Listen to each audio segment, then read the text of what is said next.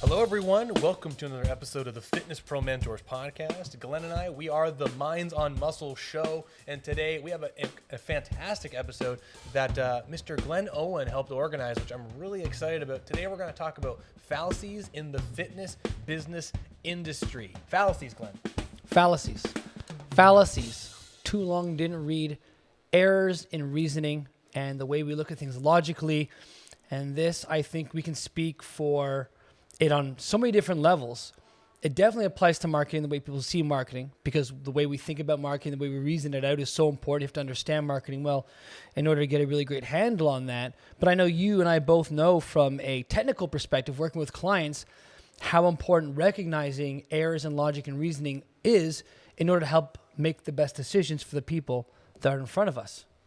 Yeah, absolutely. I mean, ultimately, at the end of the day, we need to make sure that we're understanding who the people are in front of us so that way we are doing the best job possible. But it is true that, I mean, in this little world, there are a lot of common fallacies and biases that have been overruling some of our decision making and sound bites that have been very domineering in the industry. So, Glenn, why don't we kick this thing right off, super fresh?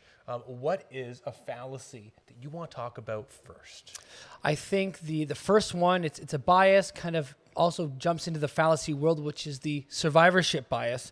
Now, this is a huge one in the world of marketing because, well, let's talk about the definition first. The survivorship bias, the survivorship fallacy is essentially looking at one person and looking at all their successes and saying, well, this person did this, it worked well for them. If I do it, it'll work well for me too. And not realizing that for all the people that tried to be who that person is, a whole bunch of them, vast majority of them, failed. To give you an example in the world of business, people like to hold up Elon Musk and Jeff Bezos as these juggernauts of business, and they absolutely are. And people might say, well, Jeff Bezos thinks like this. Jeff Bezos does this, or Elon Musk does this. And so if they do it, I should, and I'll be successful too. What you'll forget or what you'll miss is that just because they did and it worked really well for them doesn't mean that it'll work well for you or your business. And it's the same thing in the world of marketing. There are so many people who tout their programs to be the best, who say that this is the only thing that you ever need to do in order to grow your client base. And you think, oh, that sounds great from a marketing perspective, but what about the hundreds and thousands of people that tried doing that person's doing and it didn't work? To give you an example, an outdated way of doing marketing, door-to-door sales. The world has changed. People don't like when you go to the door anymore. That feels too invasive. But if someone came around and said, listen, I've got the door-to-door marketing program, the only program you're going to ever need to grow your business. Look at how successful it was for me. Sure, maybe it was successful for them. Maybe they had a door-to-door business that needed that, like glass cleaning or lawn mowing. Those are things where if you go to someone's house and you can show them right away the windows need cleaning and they don't want to do it, or the grass needs to be mowed and that person doesn't want to do it, that's a really easy sale. But if you try to do door-to-door personal training, it's not going to happen. Yeah, you know, it's funny that you say that. I would say that I have had, we talked about this with Curtis Clay, right? We talked about people copying other people's stuff. They see someone who's doing something and is relatively successful and they go, this looks successful. These colors are successful. These machines are successful. They're saying these things on their website. I'm going to do the same. And I do understand the idea of fake it till you make it. I think there's a way that you can make that work. But if you're consistently copying people and you're just copying the top layer success, especially on social media, it seems to be so predominant that people see people in incredible shape. They see a successful business and they go, oh my gosh, I want that today. But they forego all of the failures. They forego all of the things that allowed that person to become who they are today. And at the same time, even if they emulated all the steps to get there, they're not the same person. No. And I think that that's a huge thing, that you got to make sure that you're learning from your own lessons, but at the same time, putting the time in and learning the skills. You're not going to be able to pay fast. You're not going to be able to get where you want to get fast by copying. You have to ultimately put the work in, learn the skills, and innovate. Because if you copy, you may be able to get so far.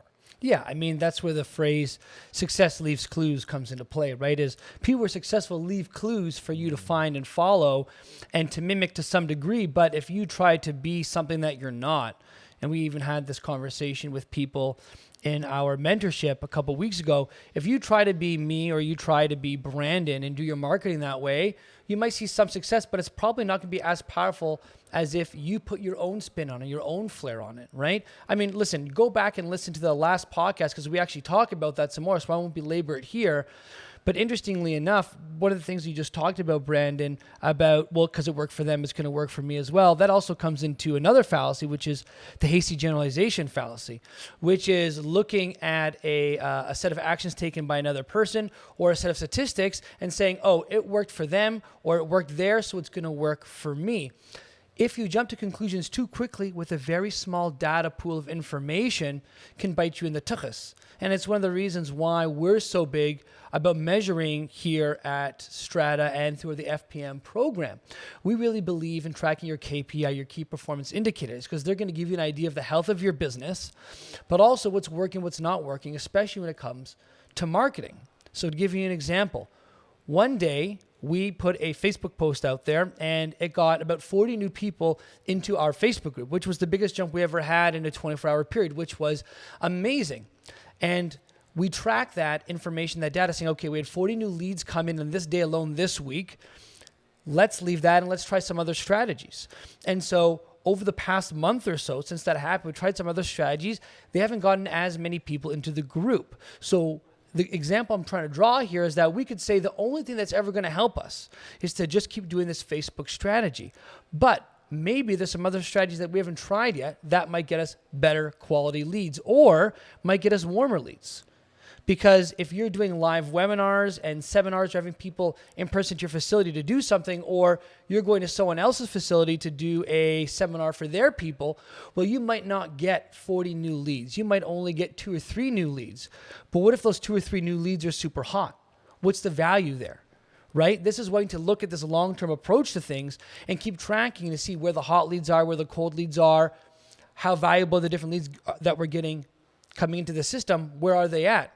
Because if you're not tracking, you're not getting all this information, you're just jumping to conclusions, you might end up stopping yourself. You might not be capitalizing on all the different ways that you could be growing your business. And that's really what this is all about, is learning about yourself, learning about your business, seeing what works and seeing what doesn't, so that you can continue making better and better decisions. You know, I think you can draw an interesting parallel between people who are in shape and wanting to be in shape like a person and seeing someone online in business. Because if you see someone in a bodybuilding show and they're in ridiculous shape on the day of the show, they look amazing, shredded, lean, big muscular calves, big muscular shoulder, and then you find out that they dieted for 16 weeks to get in that and they did all this stuff, you go, okay, great, I just need to do this for 16 weeks and I'm going to look like that person. I'm going to be that person. But in reality, you can't make that same generalization. It's not as simple as exercising for 12 weeks. What you're seeing is the summation of a clump of work, years, decades of work, maybe drugs, maybe different foods, maybe different training styles, maybe powerlifting to hypertrophy training, and it's so many different things. And without the proper metrics, you can't figure out how to even get to that point. You have to make sure that you're learning as much as you possibly can along the way, following the data and thinking for long-term success. At the same time, you could also kind of Casanova the whole thing by accident. And you could actually do something to get in incredible shape, do something to get your business to a particular point, and maybe getting lucky to get there. But if you're not tracking things, having consistent upward trajectory success is going to be difficult because you won't know what worked and what didn't work. Like Len said, amazing Facebook strategy. I thought we got up to like 51 new leads. I'm not too sure. Well, it was 40 leads in that day, but I posted in different groups. And that's just even another great example is the 40 leads came from one group, and then we had another about 11 from other different groups that I posted in. So it's like, okay, which group now is going to be the most fruitful for us, right? So there's just more information and more data collecting. It just further, I think, makes the point that we're trying to make here, not to be too redundant with the word make, is that tracking is super important and super key in growing your business to know what works and what doesn't. And I know we say it every week. The FPM clients that we have right now, the thing that a lot of them say made the hugest impact in their business, and I'm not even kidding, is just tracking every lead that comes in the door and knowing where they're at in the cycle at all times. It makes a huge, huge impact.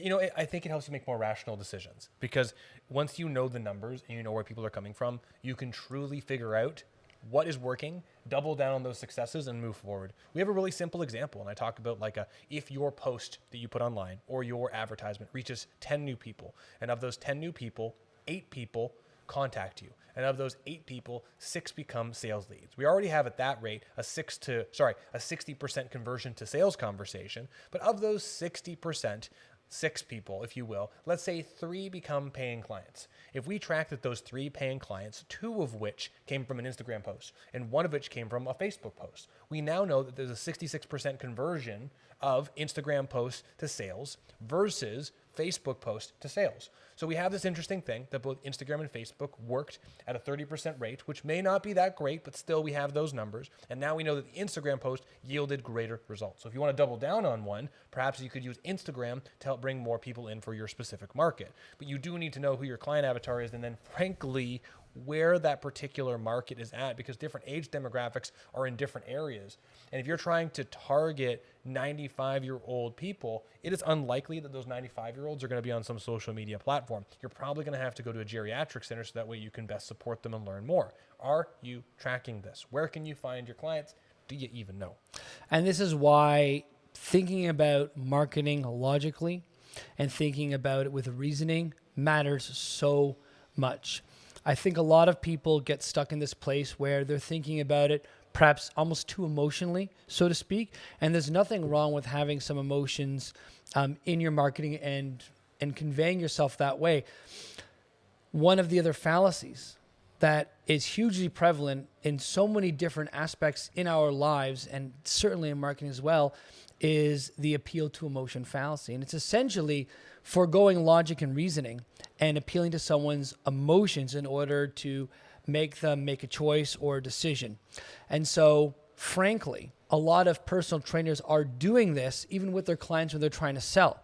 And I've worked at big box gyms before where the whole premise is to make people feel so bad about where they're at that they emotionally sign the name on the dotted line for 50, 100 sessions. That doesn't end very well because once these people go home and they think about this thing logically, they start fearing that they may have made a very poor decision. And that puts you in a very rocky position with them trying to explain why they're locked into a contract. But this isn't necessarily about talking with clients and sessions. This is about marketing. So where does appeal to emotion come in? The last thing that we ever want anyone to feel, whether they're looking at our program or they're looking at other people's marketing efforts, is thinking, oh, I would be so much happier or I would be so much better off if I was doing XYZ thing. When we have people coming to FPM, when we do our marketing here, sure, we want to connect with people and let them know how we're going to help solve that emotional problem they have, whether they have a fear of not having enough money or they're frustrated because they just don't know how to get more clients in. But at the end of the day, we make sure that logically they understand what they're getting themselves into. Hey, it's going to be 12 weeks. It's going to be at least an hour call every week. Plus, it's going to probably be about 3 or 4 hours outside the program to do some of the other work. There's going to be a long learning curve. Are you sure you want to get into this? Is this something that you really, really want to do? Making sure that the logical end of the faculties in the decision-making process is there, as well as the emotional end of things. And your clients, when you're marketing with them, are going to be going through the same thing where, sure, we and you are going to be appealing to people's emotions in your copy. But at the end of the day, unless you can deliver a solid product that gets results, that's the logical end of things here, you're going to be treading water. And if you aren't delivering something to people that is tangible, you don't have those numbers that you're tracking, right, which falls in the realm of science and logic. And these people can't see the progress that they're making and they don't feel any different. And you've got a relationship built purely on emotion. That's a rocky foundation. Yeah, you certainly cannot just have that entire thing be based off of emotion. And I mean, this is the thing when you're doing like a big product sales, like I mean, car salesman, actually Taylor that works here just bought a brand new car. Yeah. Crushing it. Nice car. It's going to look really, really cool. But it's the same kind of thing. I mean, at the end of the day, in a car sales where there's a contract and once it's signed, it's definitive, a lot more salespeople can get away with this kind of pushy, sign the contract, can't get out tactic. But at the end of the day, for you, you cannot do that. I mean, understanding emotion, because ultimately it is one's emotional pains that will drive them to make most decisions, especially larger purchases in the health world, right? Health, money, and relationships are kind of like the 3 key pillars. Well, we're appealing to the health and relationship side of things, mostly the health. If someone's scared of where their health may be and you can provide a viable option so they can move better, feel better, and have a higher quality life and feel better for as long as they're on this planet, then that's absolutely amazing. But you can't make them feel like dirt about it, because if you can, you might be able to make a really big sale. And I've worked with people in my facility, like Glenn, at not this facility, at the first gym I worked at, where people would sign year-long contracts. Once the contract was signed, the salesperson was done, but there was still the fulfillment side of things. The professional has to fulfill that service. They have to provide good results. They have to make positive changes, and they have to like you, but there needs to be that rational component of it. Because if they come in and you don't do a good job over time, you can't just make them feel terrible every single time they come in. It ultimately comes down to reminding them and talking about the emotional reason why they're coming in, but talk about logical, mechanical reasons why the thing you're doing is going to help them. Don't get me wrong. Marketing and sales, a big part of it comes down to emotions, but we have to make sure that we understand the weight of that, and we can make sure there's a rational decision. And as Greg Mack has talked to us about, avoid this idea of buyer's remorse. We want people spending a lot of money happily. And I think this is where the value of the Facebook group and educating in master classes becomes so important. And I mean, and this is maybe my opinion, and maybe you disagree, Brandon, or people watching might disagree, or listening might disagree. But when I see people marketing and it's booty pics and flexing their muscles, and that's what they're doing, they are selling you most of the time on emotion. Hey, look at me. Look how great I am. Look how great I look. If you want to look this great and feel this great, you can do that too, right? That's kind of talking about the emotional end of things when it's all just pictures of nice looking people. We are big believers here at FPM on going down the education route in terms of building value. Two big reasons here. One, when you educate, people can logically get involved in what you're doing. It makes sense. And for the lifetime value of a client, they're going to run away from you after a while if it's all about the emotional stuff. That's a clock. It's ticking down. But if you're constantly educating by doing these social media masterclasses on your Facebook or going live or sharing your posts on Instagram, and people feel like they're learning, they're getting better, you're increasing the value that you provide and the lifetime value of every client coming into your door, especially if you can show them with logic and reasoning the numbers that you're providing, how they're improving. And this is really, I think, the crux of why we love doing the educational stuff here. I mean, it's so important. The lifetime value of a client that understands why you're doing things and feels smart for being with you is a lifetime. It really could be. And I know most trainers who have clients that are with them for 10 plus years, it's because they do a great job educating and communicating that. Yeah, big time. Now, there's another fallacy, and I'm going to steal this one off the board that Glenn's got up there, and it's appealing to tradition fallacy. And I think this is a very powerful one because in reality, if you're thinking about that, tradition, so much in the fitness industry and exercise is redistributed. It's the same programs, same ideas. And to the point that in some cases, depending on the product that you're selling, you actually don't have to work that hard to sell it. Think of it like this, is that there are some products like powerlifting coaching, CrossFit, weight loss coaching. If you go to an F45 style gym, some of these commodity style facility places have just been doing the same thing for so long that someone goes, I need to get in shape. And they don't even do any research on the best way to get in shape or think about their health. They literally just go back to the traditional things that they've done.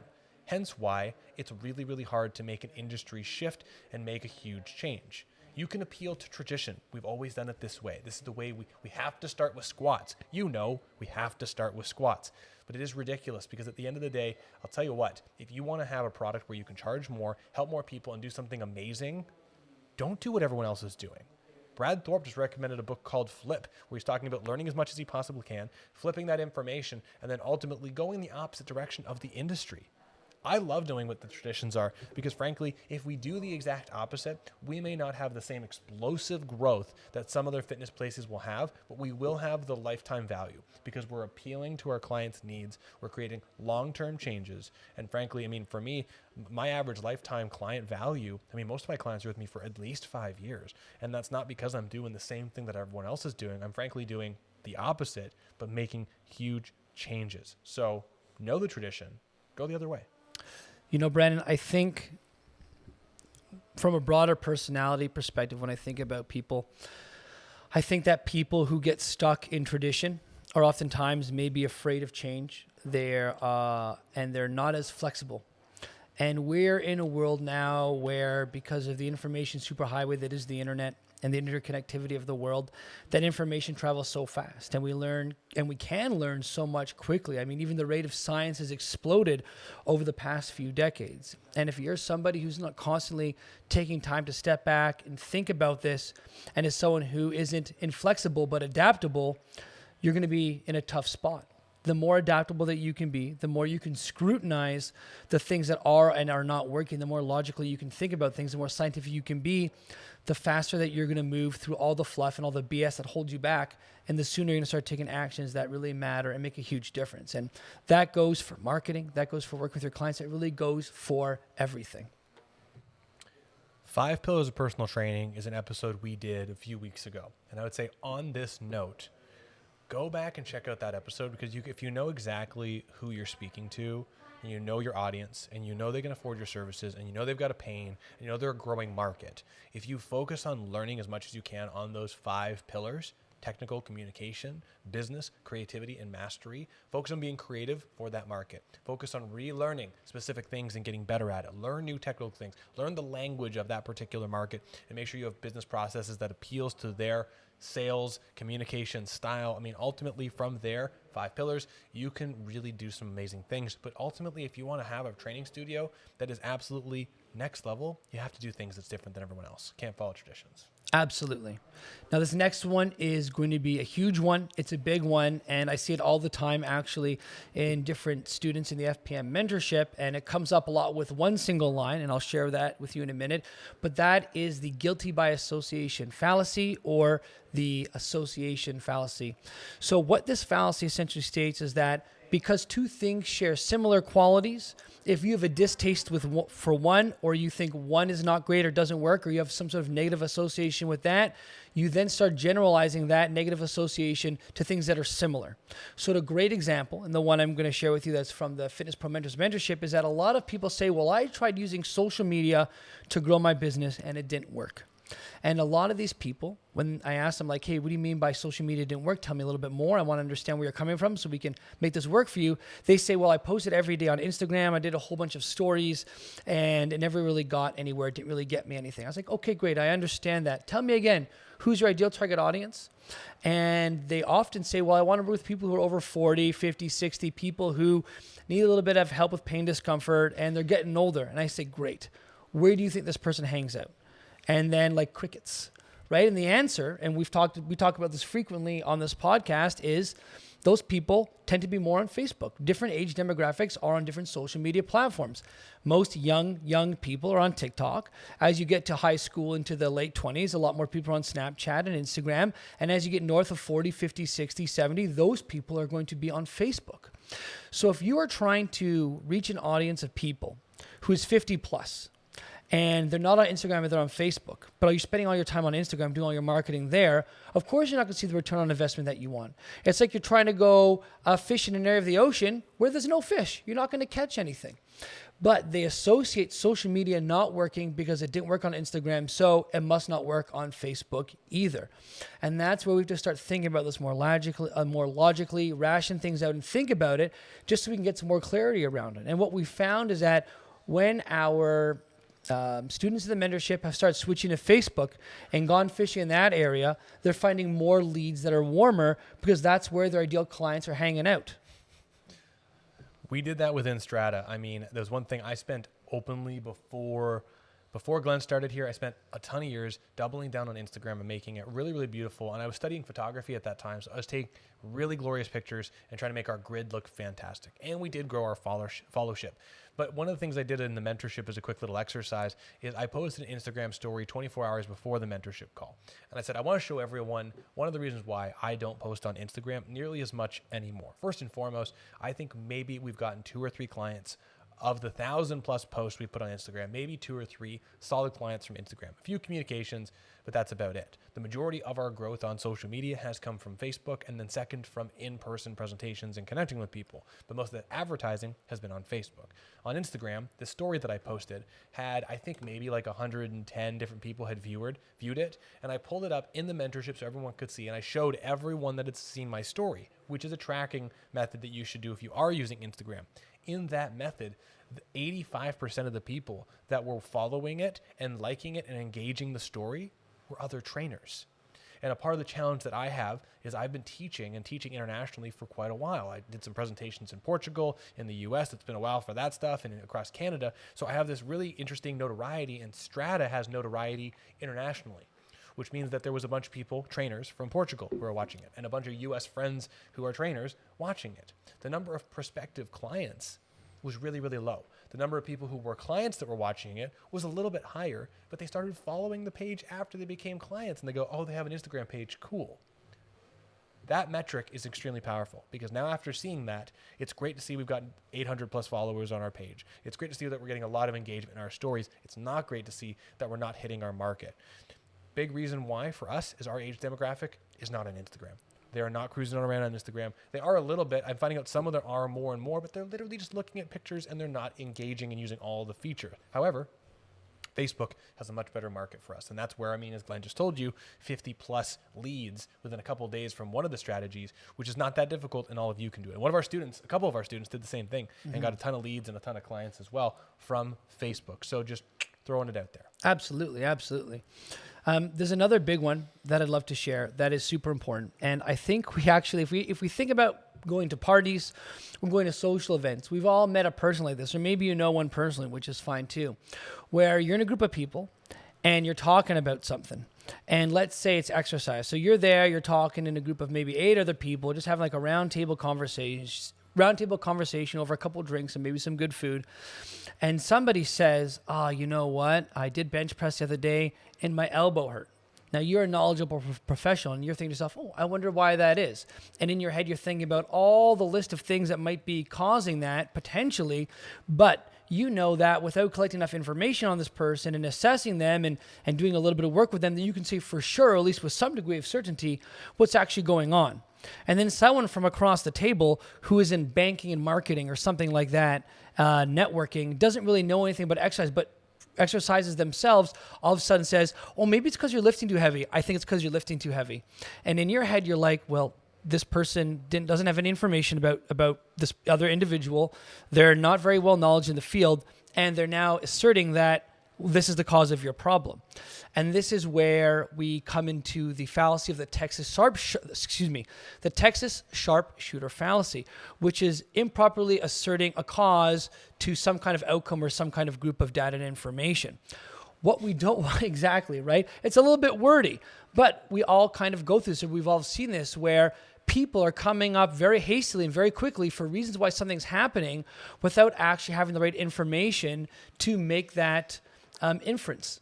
And that's going to be killer, because a lot of times you or me or anyone who's getting used to marketing, doing it for the first time, is either going to see some kind of success or see no success and instantly jump to the conclusion, well, marketing doesn't work online, or marketing's never going to work for me, or XYZ.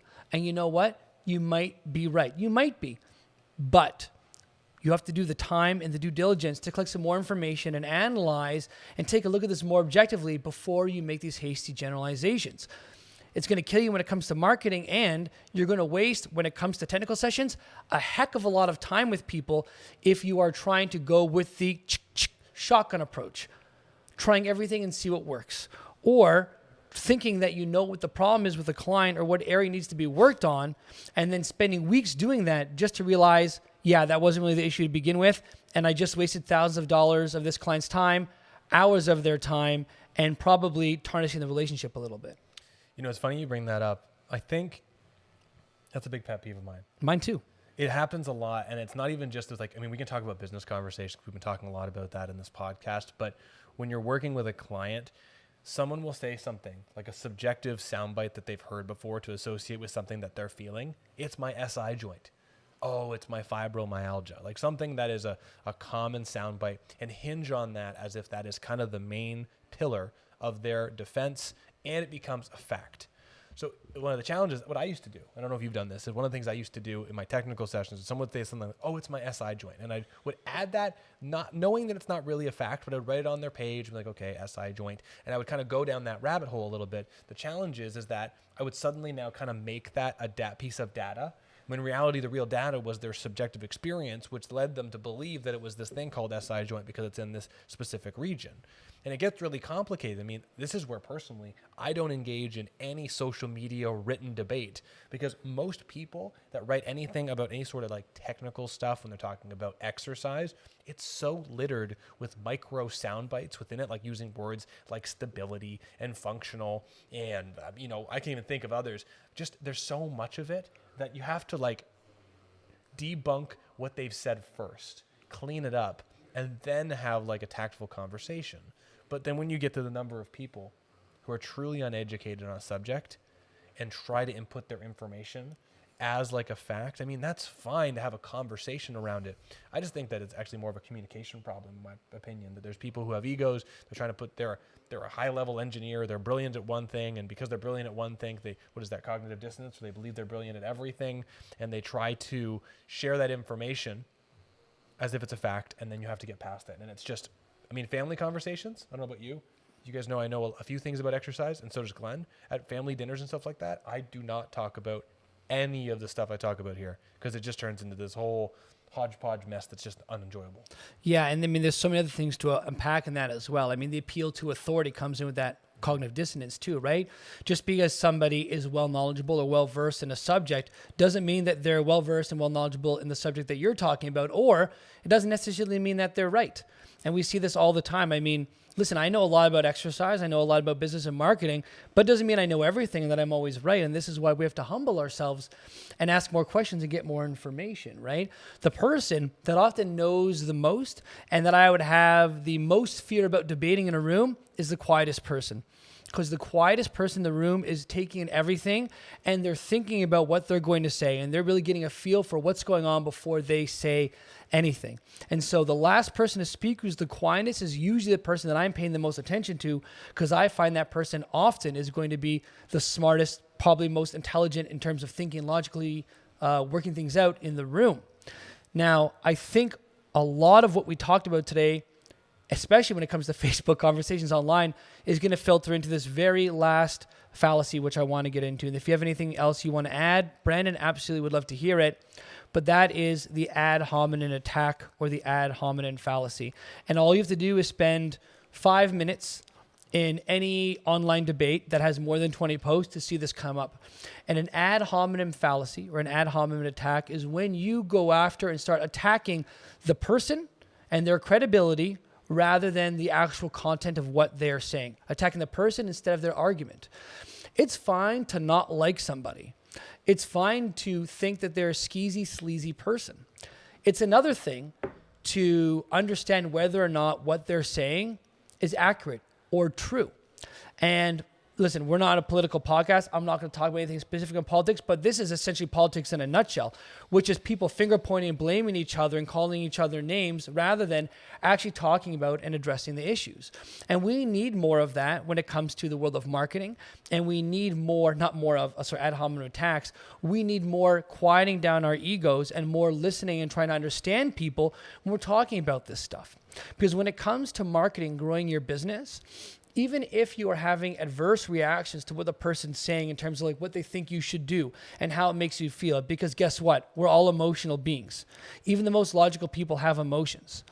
And I know that even when we run our FPM program, we're going to say some things sometimes that people don't want to hear. Not like we're attacking them personally, but if we say, hey, we want you to start going live and start talking to your audience live and saving that stuff, some people have never done that before. And they have this emotional fear response of like, what am I going to look like? What am I going to sound like? I'm not comfortable with that.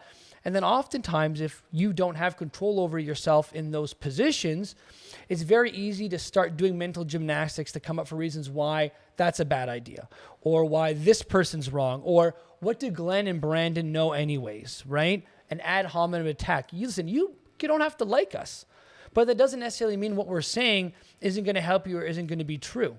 And the more that we as people can listen to what people are saying and parse out, is what they're saying grounded in fact and cause and effect and logic and science, versus making it about the person and the words that are coming out of their mouth and our like or dislike for them, we're all going to be way better off.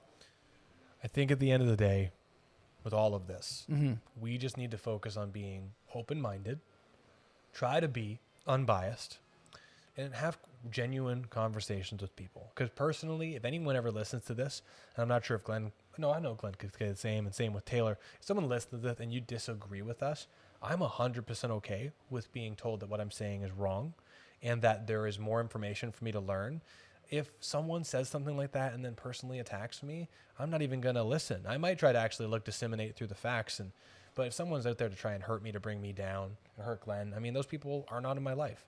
And at the end of the day, there should be really one main focus, depending on who you are. It's to help people. And Fitness Pro Mentors is designed to help fitness professionals like you have the careers that you love. And Strata is designed to help people who are struggling with pain feel better now and feel better longer so they can continue to do what they love. And if we're not thinking about genuinely helping people and being focused on the other person, we can't make any big changes in the industry. Mark Megna, I just interviewed him on Friday, and he said something that really stood out to me. And he said that they used to have a motto on the wall that says, treat others how you want to be treated.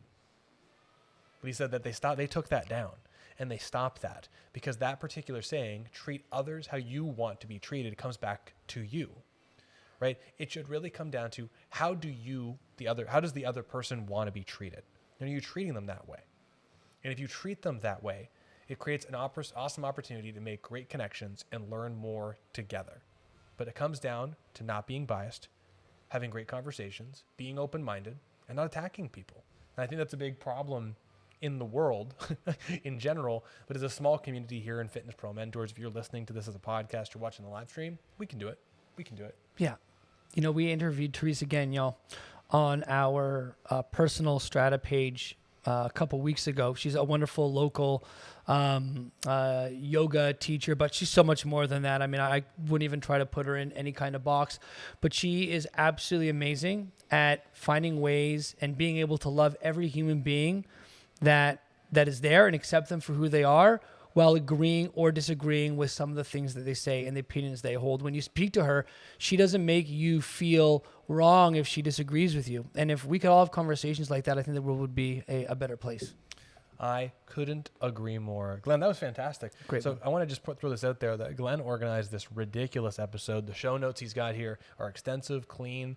If you're ever thinking about joining the Fitness Pro Mentors program, we've got two mentors, Taylor and Glenn. They're both awesome. But I will say this, that this guy has really, really been pushing and leveling up. So you're crushing it, man. Thanks, buddy. Crushing it, man. What is this? A heart? A little heart. Heart? There we go. Cool. Lovely. So Glenn, what the heck's your pick of the week, man? Well, my pick of the week is going to be this. Actually, I'm going to give you two things. One, I'm going to say Greg Mack's Muscle System Specialist course, because he does an absolutely phenomenal job at explaining biases and showing you how they affect your decision making when you work with clients. It was one of my first exposures to understanding how errors in the way I was thinking about things and my logic and my reasoning was affecting the way I was helping my clients. And even if you just clean up the way you're thinking about exercise and refining your logic around it, you will start helping people and you'll speed up their results. And that makes you more valuable, allows you to charge more money. Highly recommend taking that Muscle System Specialist course through Exercise Pro Education and Greg Mack. My second pick of the week, something that you can take off right now, is go to Wikipedia and look up list of fallacies or list of biases. And we talked about 7 or 8 today, but there are probably 30 or 40 main ones with a whole bunch of sub ones. But if you want to start educating yourself now and learning more about how the way you're thinking about things might be hindering your progress and want to learn more about how you can start removing those fallacies and those biases so you can speed up your learning process, speed up the results with your clients, improve your marketing, all that stuff, being able to logic and reason out life is so important. As a quick analogy, I was talking to someone the other day, and I dislike astrology. Because I know there's a lot of people right now that put a lot of stock in that, about how they feel, and they base that a lot about astrology. And astrology is supposed to be, I guess, the study of how the planets and the stars and the universe is aligned in order to bring you what you want or things to be careful of. But there's no scientific logical basis for that. But if you enjoy it and you like it, that's fine. But for me, when I think about astrology, I'm like, this is just another form of prejudice and bias, right? And at the end of the day, the best decisions that you're going to make in your life are going to be the ones devoid of prejudice and bias. So take a look at the list of those fallacies, have at it. I think it's going to be great. Brandon, that's my pick of the week. What you got going on? My pick of the week is actually going to be leading into something that we're going to be talking about tomorrow in the 10 a.m. training of our study group community for the Fitness Pro Mentors program, which, by the way, is an extremely affordable way to get access to all of our business stuff. super cool if you're listening to this in the future. But I'm going to say webinars and presentations. And the reason why I'm going to say that is that, in my opinion, one of the most powerful things that you can do, and I've ever done, and Glenn has ever done, and our students ever done, is you can work on social media and marketing. But at the end of the day, your brand and people know, like, and trusting you is a very powerful thing. If you have all this incredible knowledge you can provide, getting it in front of people in a concise, professional, deliverable way is extremely powerful. If you can, this is the hinging point off of tomorrow's training, build a presentation, something that helps to share your amazing offer with people. Take that offer and go to chiropractic clinics, go to massage therapy studio, go to Teresa Gagnon's yoga studio, go to these places, create a custom version of that presentation for those people and show them how amazing your particular exercise services are for their market. You will be so happy if you put yourself in front of a bunch of people and show them what you know and how it can help them solve their pains in tandem with the thing they're doing. Why should you go to other businesses? Honestly, that person has spent all these years building a market. For you, if you can go there and present to that market, you now have the trust and authority of that professional who's endorsing you, and you can grow even faster. So I'm going to say webinars and presentations at other people's places. That's fantastic. We do lots of webinars and seminars and presentations here, and they are amazing for building your business. Even through the COVID pandemic here, when things have been open and closed in Toronto numerous times, more shut down than not, we've still managed to have people come in and be new clients from doing webinars and seminars. I can't speak enough about them. As things start to ease up here, I'm really looking forward to doing some more in-person ones with people coming to our studio, because I think, it's just a great way to build the business, but also help more people, like educate them and like change the course of their lives, even just by hearing you talk about stuff that they care about. So I can't say enough about how amazing those presentations are. Everyone, thank you so much for checking out this episode of the Fitness Pro Mentors podcast. Glenn and I, we are the Minds on Muscle show, and we are committed to bringing you high quality business information so you can have the career of your dreams for as long as possible in person. The whole online coaching program. If you enjoyed this episode, please give us a 5-star rating. You can find us everywhere podcasts are. And at the end of the day, please give us some feedback. We want to make sure that we're providing you high quality content to have you the career of your dreams. We're happy to give you whatever you want. So please comment below, send us a message, send us an email, fitnesspromentors@gmail.com, and we will absolutely make an episode just for you. Everyone, thank you so much for coming. Really appreciate it. And we will see you all real soon. Take care, everybody. That was a good episode. It was a good episode. I liked it. I don't think people talk enough about how to think about things. No, fallacies, biases, all kind of good stuff. Yeah, we even do a full one on biases alone. Until next week. Take care, everyone.